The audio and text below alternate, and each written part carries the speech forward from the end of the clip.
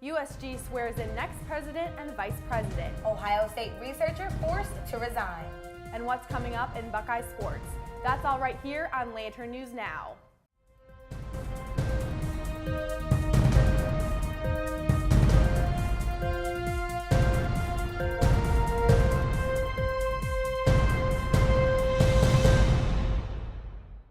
Thank you for joining us. I'm Elizabeth Suarez. And I'm Jamila Muhammad. You're watching Lantern News Now. USG inaugurated the next president and vice president of the student body on Tuesday. During their campaign, Shamina Merchant and Sean Semler encouraged students to share their stories and received 68.9% of the vote. Later TV was at the ceremony and brings you more. This year, we will be taking the organizational chart, which has been always represented as a pyramid, with the president and vice president at the top, and we will be flipping it upside down. At the top of our new upside down pyramid will now be the committee representatives, the heart of our organization and the roots of our success. Led by a mission to make sure that every student is heard, we have continued to promote two-way conversations and community building by redirecting our outreach efforts and creating the role of Senior Director of Engagement. As your student body vice president, I will be refocusing the role to embrace University Senate and extend an open and active hand of collaboration to communities and organizations across campus, because it is crucial that we unite our voices and acquire change. Intentionally falsifying data on 14 cancer research projects. That's what one of Ohio State's top cancer researchers was doing before he was forced to resign over 5 months ago. On Friday, Ohio State announced Chang-Chi Shen's departure and released details about his misconduct. He committed research fraud over the course of his 20-year career here at the university. Just last month, Ohio State announced its plans to reduce research misconduct. It's time for change. That's what student organizations and Ohio State administrators are saying when it comes to the environmental impact we make. The second annual week-long event aims to spread environmental awareness and increase community engagement. Later TV spoke with event organizers to learn more. Time for Change is a week of programming events related to sustainability, raising awareness. So my event in particular is the pop-up thrift shops. So we recruited thrift stores from around Columbus to sell their merchandise. And the whole idea behind this is to get students to buy more secondhand goods, to reduce their carbon footprint.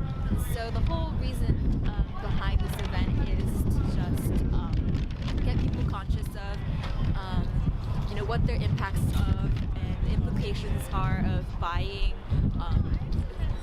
clothes from retails, and there's a lot of waste generated by that. So by buying used goods, we reduce that waste. Students might find themselves taking a new route to class. Repairs to utility tunnels under the Oval began on Wednesday and are expected to impact pedestrian traffic. Crews will be working on about 3,000 feet of repairs between now and October. This week marks the 40th annual African American Heritage Festival at Ohio State. The event began in 1978 when African American students would gather to celebrate the end of the school year. The festival is now a week-long event. Assistant News Director Jamila Muhammad got the inside scoop from participants and members of the committee. This is the 40th year of African American Heritage Festival. We are the second longest tradition on this campus after homecoming. African American Heritage Festival has been that space that during the week where we're at a PWI campus, Black students feel as if there are programs for them and there are programs that are here to provide them education and entertainment. So I've been involved with dance since about middle school, I would say. The stuff that I do here, I'm on the 3D Urban Dance team. I'm also with another performer, Keontae, in his dance company, Black Cultural Arts. I've performed around Columbus, around Ohio often. I was actually the winner of the variety show my freshman year, so to just come back here and just to end it, with a bang my senior year, it's exciting. So the variety show came about, I think over a couple years, people were realizing how can we again improve Heritage Festival and actively engage our community. And I think sometimes it gets a little disregarded that there's a lot of talent within the Black community. So the variety show is to showcase that. a couple of committees ago, they're probably like, let's do this to show like, hey, this is what your people can do, and let's celebrate that they can do this. A friend of mine actually reached out. Like I said, I've been here for 5 years, so I've already known about African American Heritage Fest since my first year ever. And a lot of my friends are involved as well, and I figured, I have this talent I want to share with the world, so why not, get on stage and share with the world. Now let's check in with Lantern TV reporter Joe Matz for a rundown of the gubernatorial candidates. Joe? Thanks, Jamila. On May 8th, voters of Ohio will determine the red and blue candidates running to replace Governor John Kasich. This week, I'm going to give you a brief overview of what to know going into the Ohio primaries. On the Republican ballot are Ohio Attorney General Mike DeWine and Lieutenant Governor Mary Taylor. DeWine is a longtime politician, having served as a U.S. Senator among other roles. He is a favorite for this primary and has been endorsed by the Ohio Republican Party. His campaign is especially focused on combating the opioid crisis, and he laid out a 12-point plan called Recovery Ohio. Taylor is endorsed by Governor Kasich. Running on a campaign of strong conservatism, she promises to fight for healthcare reform and Second Amendment rights. She considers herself the best option for Trump supporters tired of the establishment. There's been a lot of mudslinging in this campaign, with attack ads running from both sides. Taylor has criticized DeWine for his liberal voting history, and in response, DeWine ads call Taylor unfit and unqualified. The Democratic ballot is much more crowded, but polls show that it's down to a fight between two frontrunners, and the Ohio Democratic Party has not endorsed either. Richard Cordray is the former director of the Consumer Financial Protection Bureau. With this experience under his belt, he is running on kitchen table issues like jobs, education, and health care. Dennis Kucinich is a former U.S. representative and mayor of Cleveland. He is considered a far-left progressive and has been endorsed by Bernie Sanders' advocacy group, Our Revolution. He believes that his platform appeals to a broad spectrum of voters, including Trump supporters. He has promised to make tuition for two-year institutions free and to design a system to get students out of debt. It is important to note that PolitiFact found that he misinterpreted data about student debt in his official statement. On the topic of student debt, another candidate on the Democratic ballot, Joe Schiavone, has proposed a bill that will lower student debt and allow graduates to erase large percentages of their debt.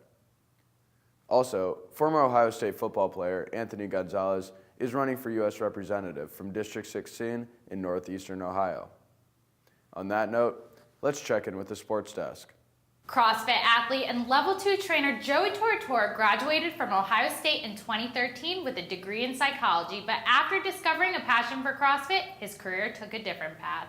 Now Tortora is one of the top-ranked CrossFit athletes in the nation. If you don't think you can win, you shouldn't be doing this stuff.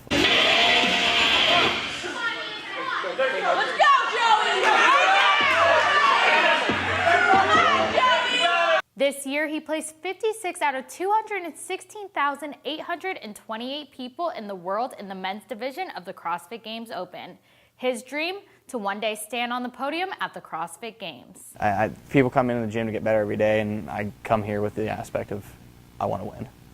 As soon as I started CrossFit, I knew that if I was going to do this, I wanted to be competitive in it. That's just the type of person I am. So when I first qualified for regionals back in 2014, I just wanted to see what it was like being out there on that floor, and that really just lit a fire under my butt. It's easy to be number one in the gym, but when you go compete against other people, you realize, like, hey, there's a lot better people out here than you. Competing at the 2015 Games was one of the best experiences of my life. Being out there at the tennis stadium, this is something I've watched years of, all these great CrossFit athletes. I go to bed dreaming about being on that tennis stadium floor, and I want to be a Games athlete. I think that I can do it, and I know that I will do it. In 2017, Tortora went back to competing as an individual athlete.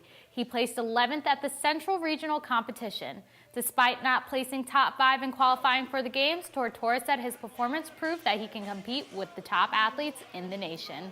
I'm good enough to hang with these guys, and I just need to believe in myself. I think as an athlete right now, I'm very physically fit, and more like going into this year, I need to work on being mentally fit. There's times I don't want to train. I wake up, I'm really sore, I'm tired. You got to remember, all right, let's just get through today. Let's just get a little better, just suffer a little bit because it's going to help you in the long run. Although Tortora continues to strive to one day place top 3 at the games and be recognized as one of the fittest on earth, for now he has his mindset on becoming the fittest male athlete in the Central region. When I first started back in 2013, it was hard for me to sleep because I'd be sitting there thinking about, like I said, competing on that tennis stadium floor, and that's something I know that I'm going to end up doing one day, and I just keep thinking about that. So this year, that's my goal, is just to go out there, change your whole mindset. Like I said, I don't want to just go compete at regionals. I want to go win, so I'm going to go do that. Good afternoon, Buckeyes, and welcome to Lantern TV. I'm meteorologist Julian Spina, here with your forecast. Currently, it's 35 degrees, and we're seeing some cold winds out of the northwest at 25 to 35 miles an hour, and that's bringing a wind chill of 23 degrees. We do have some overcast skies and a humidity of 64%. As we look at that current radar, we don't see much precipitation here in Columbus, but we do see some in eastern Ohio. Those clouds, however, remain, and that severe storm from yesterday has made its way east and bringing some severe weather to the northeast.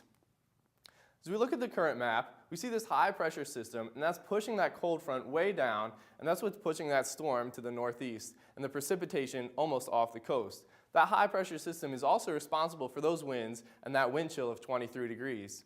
That cold front, you can see clearly on this temperature map, it goes right through Georgia, North Carolina, and Virginia, and we're seeing those very cold temperatures here in the Midwest. Here's a couple of things to keep in mind. We do have some cool temperatures, and we could see some freezing on the road tonight, so if in those wet spots, please be careful. We do have some possible flurries this afternoon, but not too much accumulation. We have a cold weekend ahead, but we will be warming up next week, and we could see some temperatures in the 60s. Here's a look at that short-term forecast. Not going to get much warmer today, and those clouds hang around through tonight. We're going to see a low near 25. Tomorrow, that sun comes back out, and we're going to see those temperatures increase. Spring is not quite here yet, however, we do have a cold weekend on the way. We're going to see some showers on Friday, most likely in the afternoon, but nothing too severe. The clouds remain through Saturday, and the sun comes back out on Sunday. Monday and Tuesday, the temperatures increase, and we're going to see highs in the upper 40s. Those clouds, however, do hang around. By the end of next week, we could see some highs in the mid-60s. Check back with us Monday for your weekday weather update. That's all we have for you this week on Lantern News Now. Be sure to like us on Facebook and follow us on Instagram and Twitter. Also check out the Lantern on Snapchat. Thanks for watching and be sure to subscribe.